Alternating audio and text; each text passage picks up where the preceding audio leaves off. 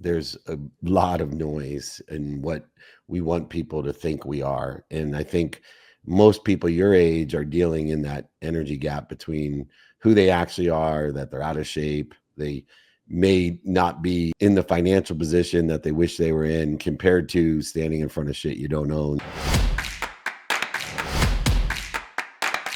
Good morning, good afternoon, good evening, everyone. It is Office Hours, the Celebrity Entrepreneur Show with James Maslow, the incredible, unstoppable James Maslow.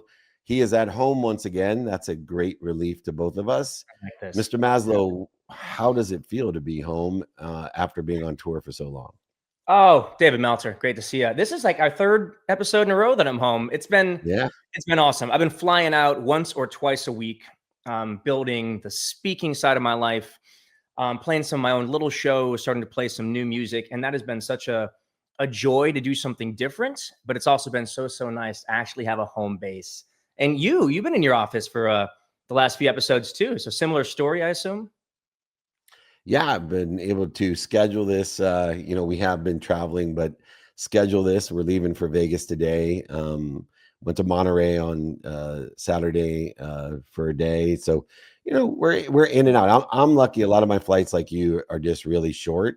So no major road trips. But after next week, we're on the road. We got New York, Jacksonville, New York, Rhode Island, and DC, finishing up with Ed Milet and Gary Vee on the Aspire Tour. So, we live the same kind of life. Yours is a little bit more taxing because you have to rely on so many other people, where, my travels are easy because I just have to show up. I don't do anything. I don't have to rely on anyone else.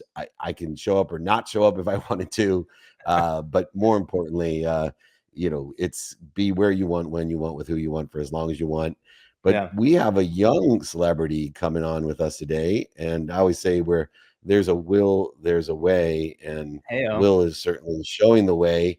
The Tao is the way. I study the Tao, 81 verses of it every day. But let's welcome your friend, Will Weinbach. Yeah, Will, jump on in here, man. We connected recently. I was very impressed by you. You're an entrepreneur. You're an influencer. You're a tennis player. And I want you to talk about that. You've got a big match coming up. So welcome to the show, pal.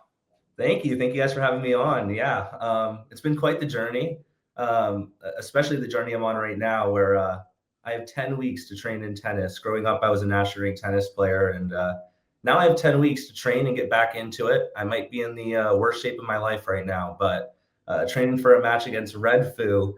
There you go. That'll motivate you. Yeah. He has quite the success story. So a lot of work to be done, but hopefully the hard work pays off.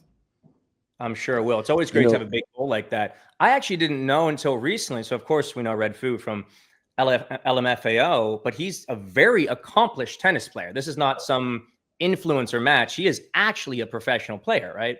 Oh, I think he was the first player at his age to win an ATP point. So he's accomplished. And yeah, I have a long road ahead of me to get to match point, hopefully.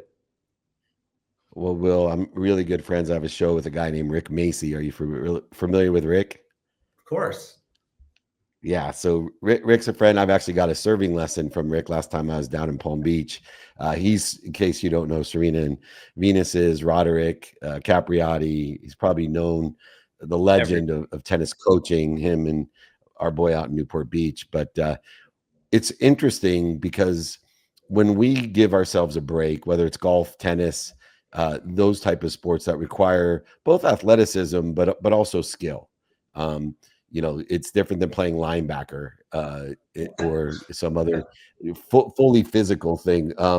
But what's a bigger concern with you, the skill in the memory of the sensory cortex of the skill of serving and backhand and forehands and what position to be in, or is it actually just the shape that you have to be in order to play tennis?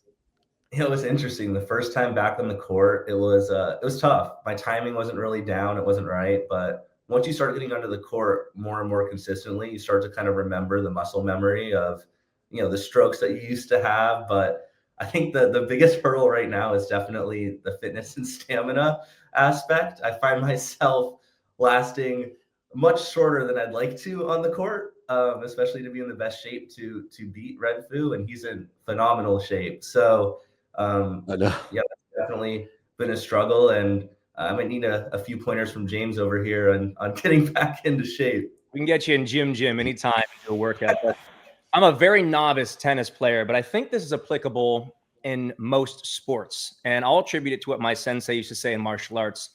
He used to talk about how women actually become the best masters in martial arts once they can master the physical part.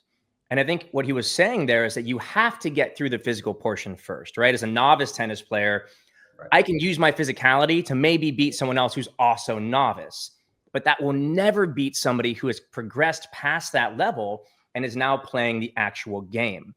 And so whether it's in martial arts or it's in tennis, once you get back through that physicality where that's not the issue anymore, because that is the first hurdle and that is the biggest issue while it's the issue, Right. then I believe it is much more about strategy, timing, and skill set. So Yeah. once you get back in shape, it's going to be your skill set that wins the match far more than your physicality. Yeah, and even your mindset, like just being mentally there, and like you said, kind of understanding the strategy, but also, not getting down on yourself. I think that when you get to a certain level, what separates, the great players from the amazing players is how you are mentally on the court. So, that's where you see a lot of the pros, especially in the top 10, are excelling versus some of those that are maybe in the top 100. 100%. And we were talking the other day, you were telling me that you're building season 2 on social media. Tell me what season 1 was, and season 2 is tied into this, right? With physicality and maybe tennis? Look, I mean, I love the idea of playing Red Foo, which is, season 1 of this journey to, getting back into shape. I think really like at the core of it, yeah, I'm playing a tennis match and it's fun and it's flashy. I'm playing someone really cool, but the core of it is I want to get back into shape. I want to be the best version of myself. And, hopefully in season 2, maybe that's not necessarily tennis, but maybe that's me, training for a head to head against, James in the gym, or, whatever that might be. So we're kind of thinking of what season 2 can look like right now. But yeah, it's these 10 weeks short form video content series. And, we've been seeing a lot of, audience members resonate with it, which is great. Also, I think it's a really You know healthy what? way to look at social media. Oh, sorry, David. But just the Oh, thought go ahead. on, instead of just creating content like so many of us have done, where we go, oh, we're supposed to do this. What do we shoot? Oh, let's try this. Let's try that. And it's just sporadic and random. I think it's really cool and it's a really healthy approach to be like, hey, what's something that I actually want to do for me, IRL, in real life? And then apply it as a challenge to yourself and be like, all right, I'm going to make a series out of getting in shape or a series out of learning something. I think that's actually a really great way to look at social media. Yeah. I mean, I think for me, it's gamifying it. I can't like encourage myself to go into the gym without like some sort of motivating factor behind it. So social is kind of me gamifying my journeys to the gym. But I think like in social, authenticity is rooted if you want to be successful. And I think that this is an authentic way to show, I guess, my journey and progression to where I want to be. And I think that that's a pretty cool concept. In that concept, there's a lot of noise in what we want people to think we are. And I think most people your age are dealing in that energy gap between who they actually are, that they're out of shape. They may not be in the financial position that they wish they were in, compared to standing in front of shit you don't own, pretending like you're a pro tennis player. In your own generation, this vulnerability and transparency seems to be the only way to create a community of people that will actually engage with you. Have you seen for yourself more confidence in being vulnerable? Because there's not many guys your age that are, putting themselves out in a series or episodes of humility of, hey, look, being in shape is important, and round is not a shape. And I wish somebody in my late 20s, would have busted my balls about starting to get out of shape, because getting out of shape, things happen very slowly, then all of a sudden. And the all of a sudden is painful to get back into shape. So for you, how's that transparency and vulnerability played an integral role in building your content today? Yeah, I mean, I think that it took me a long time to realize that I can be vulnerable on social. And I think that it's one of the most important things that I've discovered is that, the vulnerability leads to like a true community of people that, actually appreciate the content that you're creating and building. And, I think also I've gotten to a point where I think I'm confident in myself to the point where I can, make fun of myself for being out of shape and, just kind of, make it entertaining at the same time and maybe relatable to audiences, which, hopefully people can see my journey and also want to, get in shape themselves and, find fun ways to do it. I mean, I think that there are a lot of creators being more and more vulnerable on social. And I think that those creators are certainly going to excel past, some of the people that create more artificial content, perceiving a lifestyle that may or may not be accurate. Yeah. Well, I mean, that's really how times have shifted since I started doing this. I started on film, TV, and traditional music right before social media was social media. I mean, I remember Twitter just coming out when my first episode of Big Time Rush aired. And I'll never forget, I opened it up and I thought I had to respond to every single message to me. And I was sitting there like, how do people do this? It was the entire episode and for hours after. And eventually I'm just like, I've done like 3,000 responses and I had to stop. But before, or at least when I started, it was very much encouraged to have your anonymity. Be an actor, be a musician, play that character in both stages, and then your personal life is personal. And it's 180 degrees these days, which has been a real steep learning curve for me, which is people now want to see you authentically on social media. And in fact, the volume of content that we need to create these days that's expected, especially on Snapchat or stories, it's so hard to fake it. It'd almost be impossible, I think, to fake it. And if people are faking it, I'm almost impressed by it. But it's a silly strategy because people can see through that so quickly. And it is so much easier to just have long form content like this. Be yourself, talk about the things that are important to you, and then cut it down. And so I think you're going about it the right way. And for anyone out there who's trying to grow their social media, it seems cliche to some degree, but nobody can be a better version of you than you. So put that out there. The things that you like, you don't like, your quirks, your nerdiness, your athleticism, whatever it is that makes you you. And I think the point we're really getting to here is also put out some of your struggles. And I still struggle with doing that sometimes. I still don't always want to share my bad days on social media, but I know as a consumer that when my favorite people do that, I actually relate more to them. And I'm grateful they did. Right. I couldn't agree more. I couldn't agree more. So what do you think, and this is either one of you guys, what do you think the best for people like myself that sometimes don't want to share that? Like, what's the best way to get over that and just go, no, I'm going to talk about everything and not just the good things? I mean, I'll just jump in real quick. Go ahead, Will. Sorry. Oh, I was going to say, No. it stems from finding the confidence in yourself. Like, I think that if you can find confidence within you to know who you are and know where you're at and know where you want to be, and, you can kind of, I guess, phase out some of, what people's perceptions are of you, especially with social. A lot of people have different thoughts about your content and who you are. I think that if you can find that confidence, it certainly like gives you the motivation and ability to, say, hey, I'll be more open about this and be more vulnerable. And I know who I am. So what does it matter if, Joe from Montana says X, Y, and Z? Yeah, I think a great lesson, you guys, as I coach a lot of people, executives, older gentlemen who are hanging out on Facebook and LinkedIn and email, more than TikTok and Instagram. But I had a client in, building his brand, building his community in his 60s, almost a billionaire, a multi-millionaire. And we'll get into the entrepreneur stuff, Will, but he was pressing me about getting to 1 million followers. And I kept on pressing him back going, you don't need 1 million followers. And we had a major breakthrough last week. He said, I think I finally get it.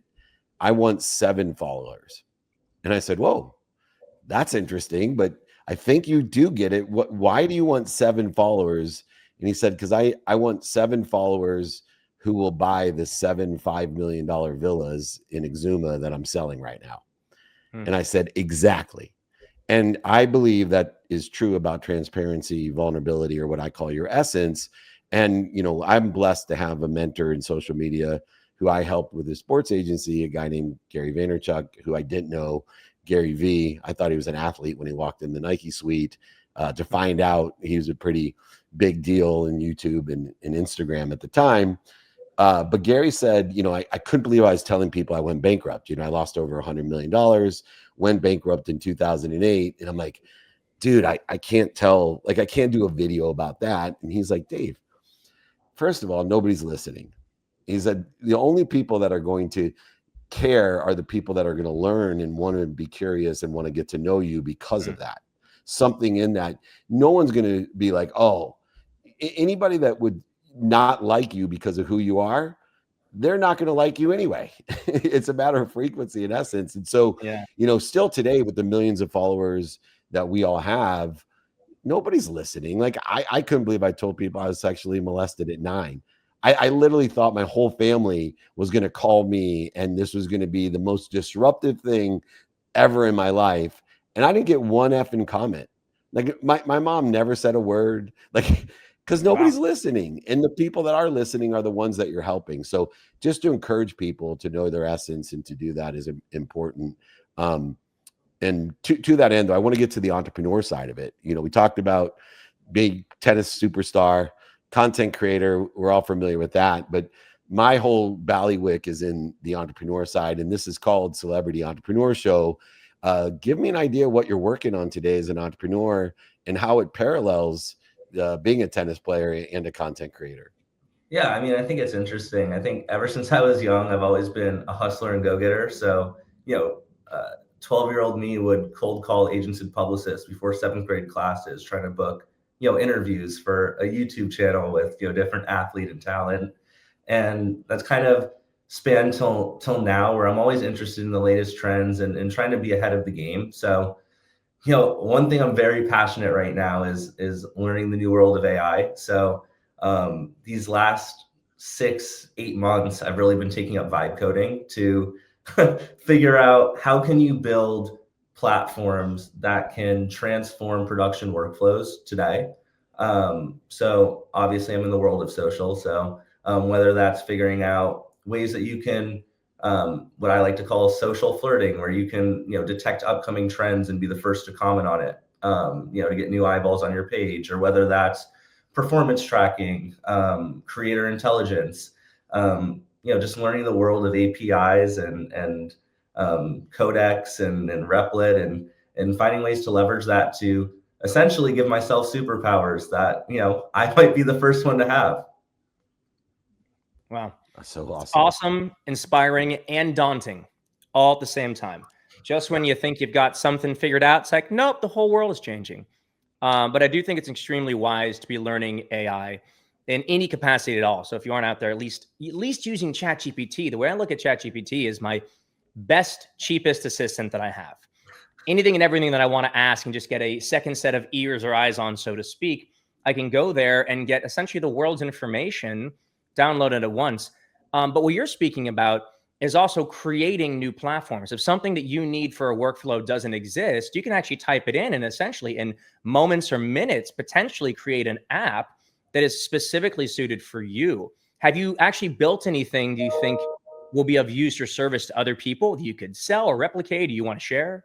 Yeah, I mean, it's really interesting. Like you said, I don't know anything about coding, and I can talk to these chatbots and chat agents and build any platform. So, I'm in this world of social media, and I think it's important to understand data, numbers, and metrics to be able to capitalize on trends and content and A/B testing and retention rates. So I've built this, I don't know if we want to call it a command deck, but basically what its capabilities are is that I'll be able to connect to the Google Trends API, detect top trends, connect to the TikTok hashtag API, detect top TikTok trends, and then via GPT-4 or whatever GPT is integrated, come up with viral hooks, which we've trained the agent to understand the world of retention and social.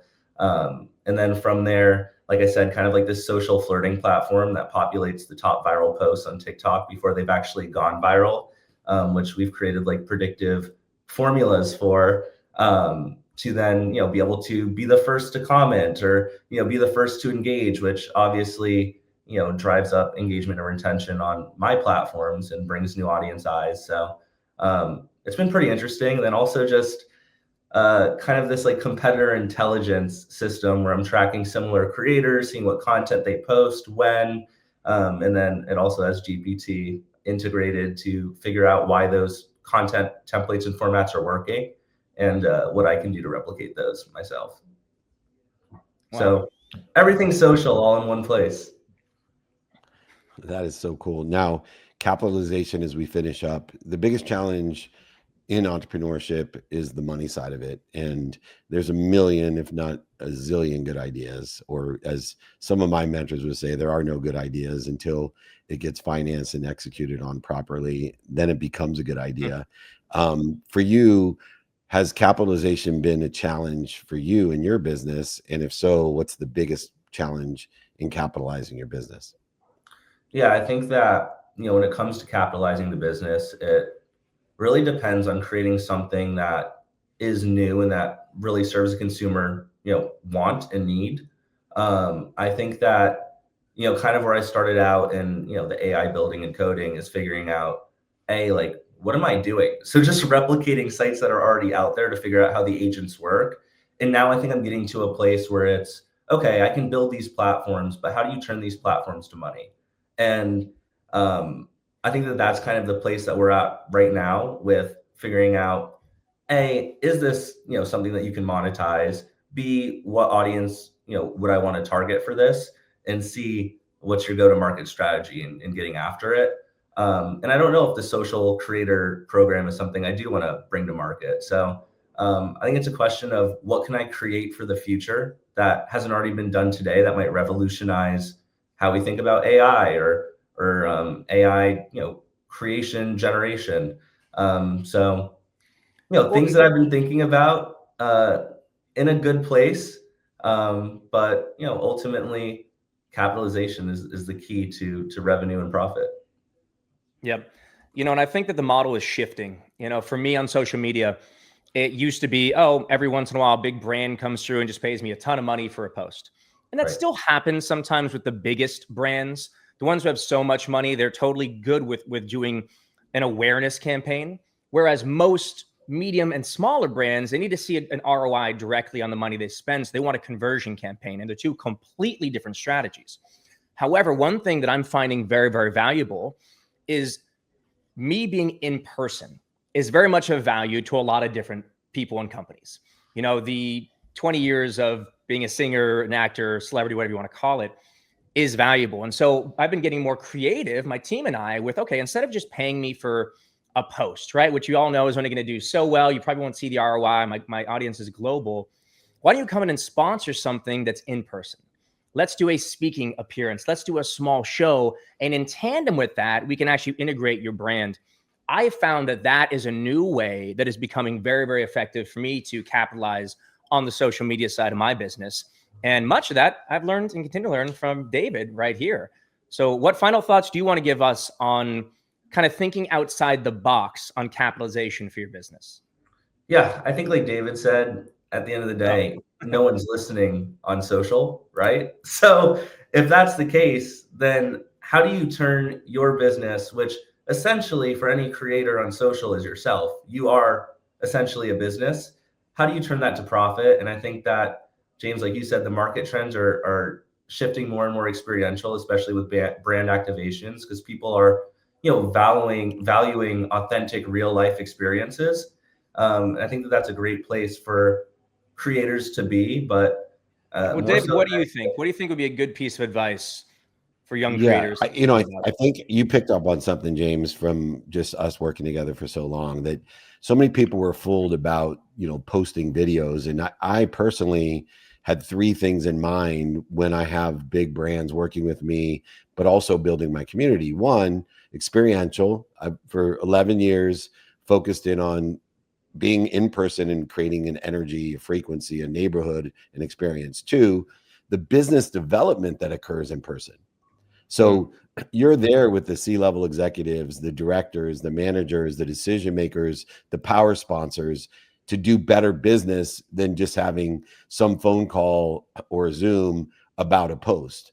But here's the thing I've never understood why people don't take advantage of the experience in the business development in person is that you actually are creating way more content for them for post-production. So when James does a speech or James does a mini show or whatever it is in conjunction with a company, a brand, or multiple brands, by the way, which is something you can do in person, which you can't do with one post, you now have all this post-production content.